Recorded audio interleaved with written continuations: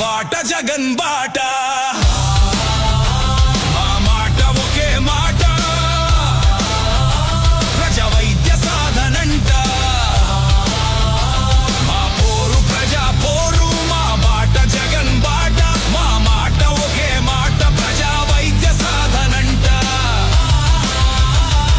కదిలి కదిలి ప్రజా దండు కొదమ సింహమయ్యింది తరిమి తరిమి ప్రైవేటును పరుగులు పెట్టిస్తుంది కదిలి కదిలి పేద దండు కొదమ సింహమయ్యింది తరిమి తరిమి ప్రైవేటును పరుగులు పెట్టిస్తుంది ఆ విద్య మాది వైద్యం మాది ఆ హక్కు మాది ఆ లెక్క మాది ఈ కూటములేంటి ఆ కుమ్మక్కులేంటి మా పోరు ప్రజా పోరు మా బాట జగన్ బాట మా మాట ఒకే మాట ప్రజా వైద్య సాధనంట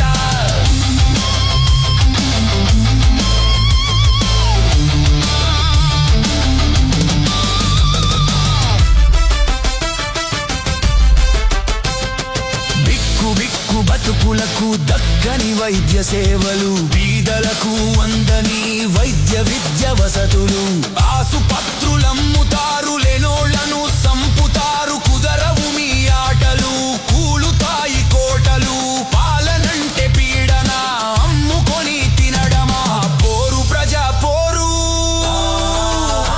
మా బాట జగన్ బాట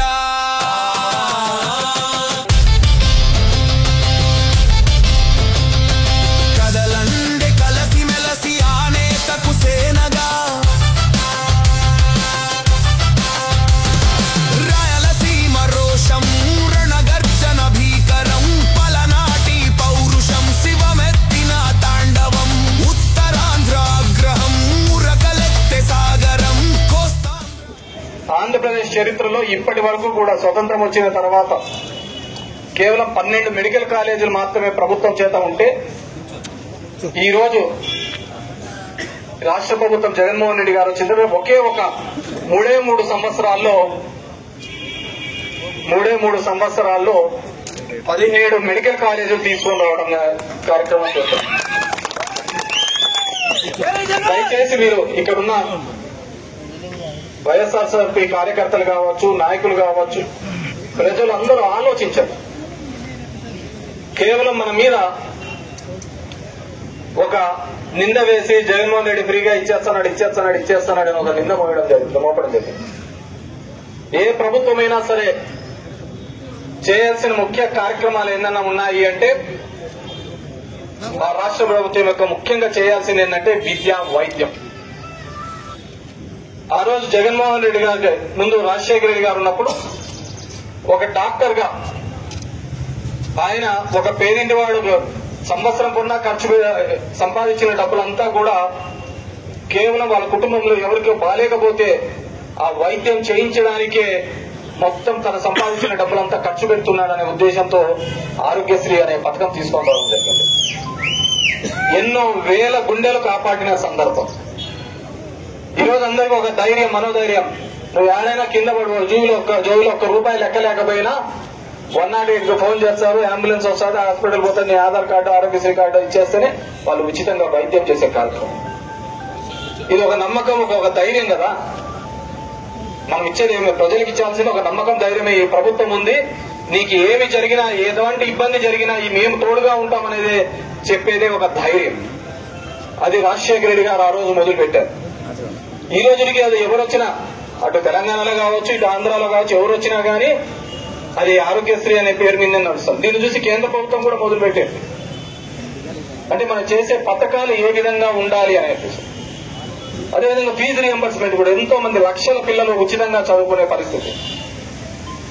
పాస్ అయితే చాలు, వెబ్సైట్ ర్యాంక్ వస్తే చాలు, సీట్ ఫ్రీగా వస్తా ఏదో దాంట్లో అని చెప్పేసి ఒక ధైర్యం కల్పించిన నాయకుడు ఎవరైనా ఉన్నారంటే అది కేవలం ఒక్క వైఎస్ రాజశేఖర రెడ్డి గారు.